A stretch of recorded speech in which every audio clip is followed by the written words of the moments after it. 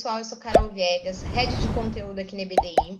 Hoje eu conversei com a Mirella Lisboa, ela que é Open Innovation and Digital Ecosystem Manager da América do Sul na BASF, e nós falamos sobre algumas coisas bem bacanas. Ela trouxe ali algumas dicas sobre inovação aberta, comentou o relacionamento, as dores e oportunidades entre corporates e startups, e por fim, mas não menos importante, trouxe elementos culturais que são importantes para fomentar a agenda de inovação dentro da companhia. Confere nosso bate-papo aqui. Mirella, seja muito bem-vinda aqui no nosso bate-papo. Vou pedir para você contar para quem nos assiste como é que foi sua jornada até chegar na cadeira de inovação da BASF.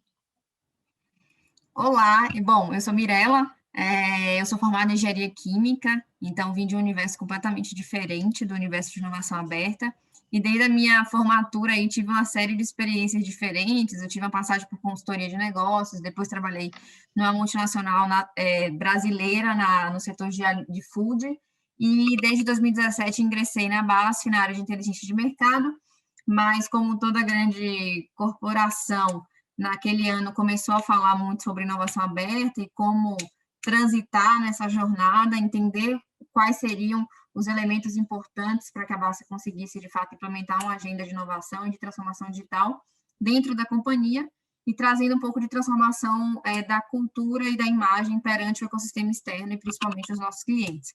Então, foi aí que eu assumi o projeto, liderando todo o primeiro capítulo de construção da estratégia, do que seria inovação aberta. O nosso foco não era copiar modelos, mas em se inspirar em modelos já implementados por alguns dos nossos clientes, por parceiros do ecossistema, por aceleradoras e por aí vai. Então, houve um processo muito forte de olhar para fora. E aí eu acho que esse é o primeiro grande elemento do universo de inovação, é o quanto que a rede e o potencial de conexão com o ecossistema externo à empresa trazem, de fato, elementos e insumos para que a estratégia de inovação comece a ser construída dentro da companhia. E, a princípio, era uma estrutura formada por um vice-presidente de digital e eu, ainda na condição de trainee, ouvindo das áreas, ouvindo das pessoas quais eram as necessidades, tanto de melhoria de processos, otimização de recursos, em termos de tecnologia mesmo, como de fazer negócios de uma forma diferente. Então, acho que essa mentalidade já tinha muito dentro da companhia de que a gente precisava falar mais do que matéria-prima.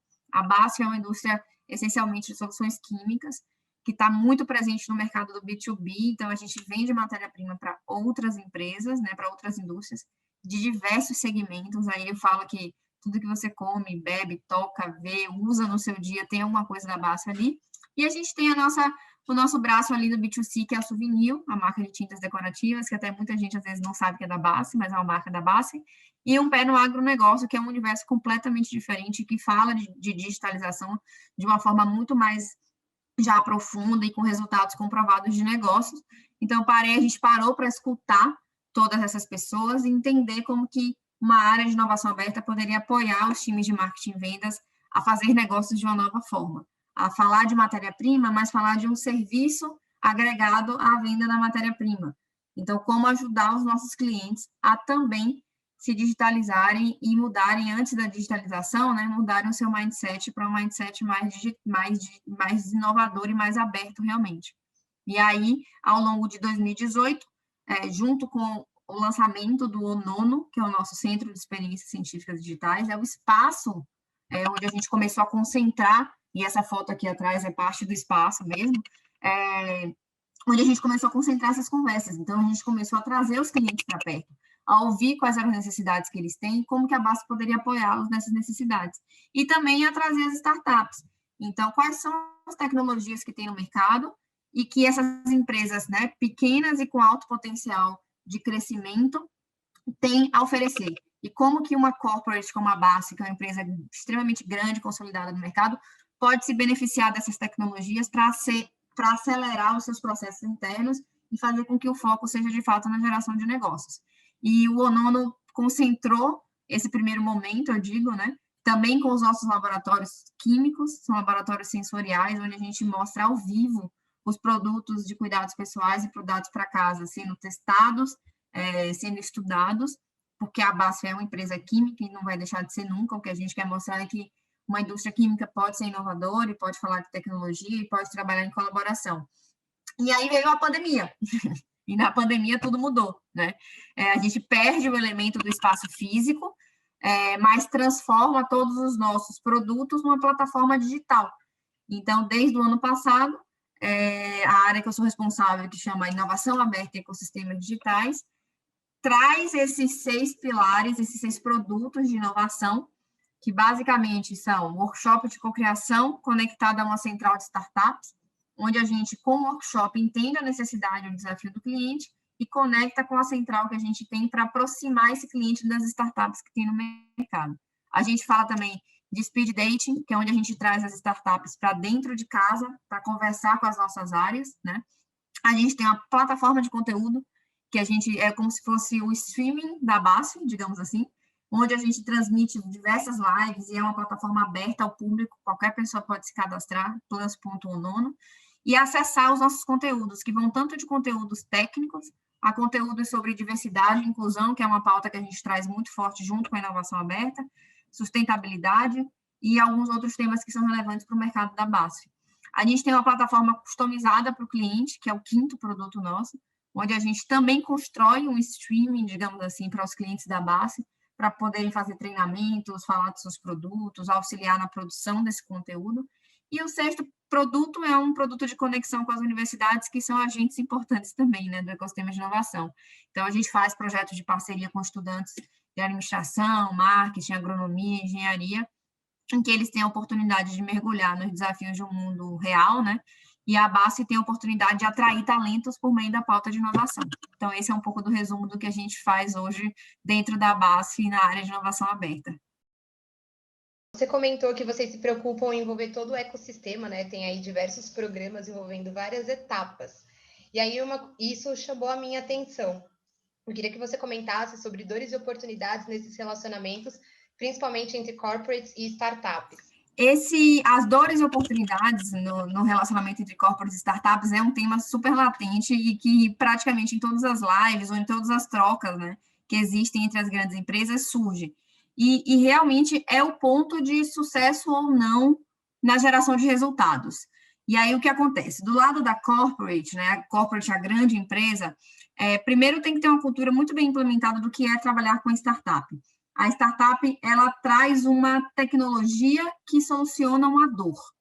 Então, o primeiro passo que a empresa precisa fazer é entender quais são as dores, para ir atrás da tecnologia correta. E, no final, existem alguns processos e algumas condições que precisam ser flexibilizadas dentro de uma grande empresa para que esse relacionamento aconteça. Duas condições que eu trago sempre são condições até que estão antes do processo em si de implementação da tecnologia. E é super básico, assim, mas é curioso. Por exemplo, contrato de comercial entre uma corporate e uma startup. Quando a gente fala de indústria química, por exemplo, como a BASF, o nosso contrato ele é extremamente profundo e exigente em diversos critérios que fazem sentido para um fornecedor de matéria-prima que vende para a BASF, mas que não fazem sentido para uma startup.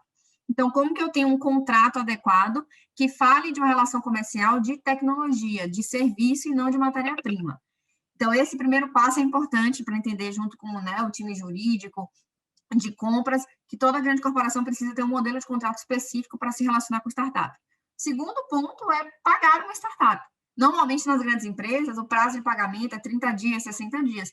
E tem startups, a maior parte não conseguem sobreviver com fluxo de caixa de 60 dias, né? Ela já quebrou nesse meio tempo até ela receber o seu pagamento do serviço mensal. Então, normalmente, as startups trabalham com a prática de pagamento em 15 dias, no máximo 30 dias. E esse é o segundo processo que precisa ser normalmente flexibilizado dentro de uma companhia grande para conseguir contratar uma startup. E aí, ao longo da implementação do projeto, entender que as startups, de fato, trabalham com a metodologia ágil, então as entregas elas são muito rápidas, precisam ter pessoas dedicadas nas empresas grandes para acompanhar esse projeto. Caso contrário, é difícil, né, você conseguir implementar e comprovar o resultado. Então, nas corporates, essas são as dores que existem principais, tem uma série, mas acho que as principais são essas. E quando a gente vai para a startup, eu acho que entra ao outro lado, né, do relacionamento, que é olhar para essa grande empresa e realmente entender qual é a dor, qual é a tecnologia que resolve essa dor. Muitas startups, quando vão fazer pitches, apresentações, começam a falar de tudo, de todos os produtos, de todas as soluções, e muitas vezes quem está do lado da corporate não tem uma vivência muito grande com relação a esse ecossistema, e não sabe muitas vezes o que é nem uma startup. Então, antes de sair, né, fazendo a apresentação sobre tudo, sobre sua empresa completa e todos os produtos que você vende, estudar um pouquinho daquela empresa, ou tentar ter um briefing de qual é o problema que ela está passando e como que a sua solução pode atacar aquele problema específico. Porque a chance de ter uma aprovação de um projeto que às vezes é menor, mas que ele vai ser mais rápido, e ele vai aprovar o resultado mais rápido, e aí a gente fala dos quick wins, né? E vai ser uma pequena vitória, e isso abre portas para outros contratos e para outros projetos, é muito grande. E aí, outro ponto que eu entendo, e eu já passei por isso, tá, no meu relacionamento com startups que às vezes têm times enxutos, e de repente elas recebem um aporte financeiro, ou elas são compradas por outras startups, e elas crescem muito rápido, de um dia para o outro, e não conseguem manter o nível de atendimento e a capacidade de atendimento. Então, esse é um ponto de atenção. O quanto que a empresa, a startup, tem que estar preparada e tem que ter uma equipe que mantenha aquela qualidade no atendimento, mesmo quando mudanças acontecem e mudanças relacionadas a crescimento, né? Crescer é muito bom, é importante, acho que o objetivo é esse, mas no final a gente já teve muitos problemas de, putz, a startup cresceu tanto, começou a adquirir tanto cliente, não conseguiu aumentar a equipe a tempo, e aí os contratos começam a ficar de lado, o nível de atendimento cai bastante, e a corporate sendo pressionada para ter resultado, né? Então, acho que essas são as principais dores, o que precisa, de fato, o que os dois lados precisam se atentar para ter um relacionamento de sucesso. Para finalizar, um tema que não é menos importante, né? Os elementos culturais. Quais são os elementos culturais que a empresa precisa fomentar para garantir que esses resultados sejam, de fato, relevantes com a prática de agenda de inovação? De fato, a transformação digital, ela é sinônimo de transformação cultural. Eu costumo falar isso em toda oportunidade que eu tenho. E começa com a transformação cultural. E aí tem alguns elementos que são chave. Então, precisa ter o engajamento e um apoio total da alta liderança. É extremamente importante que os colaboradores, que os times entendam que não se trata de uma pauta numa reunião de comunicação que acontece a cada 6 meses, vamos falar de inovação. Não. Assim como a gente tem, né, nas indústrias o safety moment, o momento de sustentabilidade, a gente precisa ter um momento de inovação aberta em todas as pautas e precisa que exista um comitê realmente da liderança focado em construir essa agenda e de participar dessa agenda. A gente percebe muito a diferença de quando é uma iniciativa coletiva dos times, mas que no final a liderança só cobra resultado, quer saber quais são os indicadores, as metas, e para você começar a implementar uma agenda de inovação, muitas vezes nem todos os indicadores, nem todas as metas estão claras, né? É inerente à questão do risco e do processo de ir acompanhando o que dá certo, o que traz resultado e o que não dá. Então, precisa ter um engajamento da liderança muito forte, e para se ter um engajamento, precisa se ter um processo educacional. Então, não adianta também querer que a liderança seja engajada se ela não conhece o que acontece, né? No universo de inovação aberta, ou não conhece quais são os benefícios. Então, normalmente, as empresas têm área de change management, área de inovação focada em cultura, e precisa que, de fato, essas áreas deem insumos, conteúdo, e que se fale sobre isso como um processo educacional, como se fosse uma matéria, de fato. E, obviamente, conectando com casos reais. Então, é importante trazer outros players, trazer empresas de fora, clientes, para falar sobre inovação, para que aí sim a liderança se sinta engajada e comece a contaminar positivamente falando a companhia como um todo, gerando esse movimento, né? Então, acho que em termos de elementos culturais, isso é muito importante, e eu acho que o segundo ponto é a questão da cultura do erro.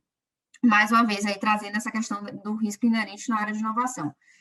Se os times se sentem pressionados ou com medo de errar, de não dar certo, do projeto não ir para frente, de ter que pivotar, ou até de ter que matar o projeto porque viu que no teste de campo não deu resultado, os projetos de inovação aberta não andam literalmente, porque ninguém tem a coragem de propor e de testar. Então, óbvio, a gente não sabe que, principalmente hoje em dia, investimento, budget não sobra em empresa alguma, principalmente diante do contexto de crise.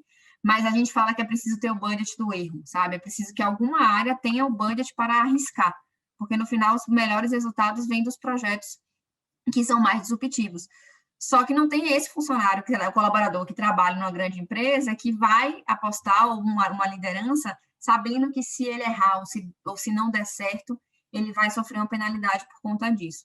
Então, é por isso que muitas empresas optam por ter esse hub de inovação, que o hub é um lugar onde se permite esse tipo de iniciativa e onde a gente fala que a cultura do medo, ela não existe, porque senão nada vai para frente. Então, esses dois elementos culturais, né?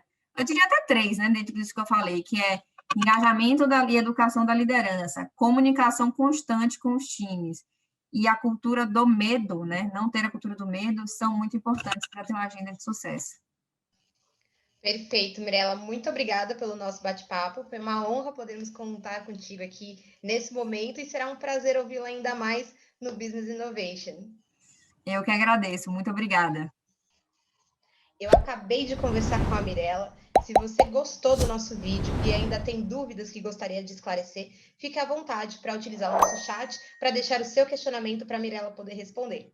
Além disso, se quer conhecer mais dos desafios dela e dos cases que ela tem para contar, a Entusiasta estará conosco nos dias 24 e 25 de março no Business Innovation. Converse com a nossa equipe para garantir a sua participação. Nos vemos lá!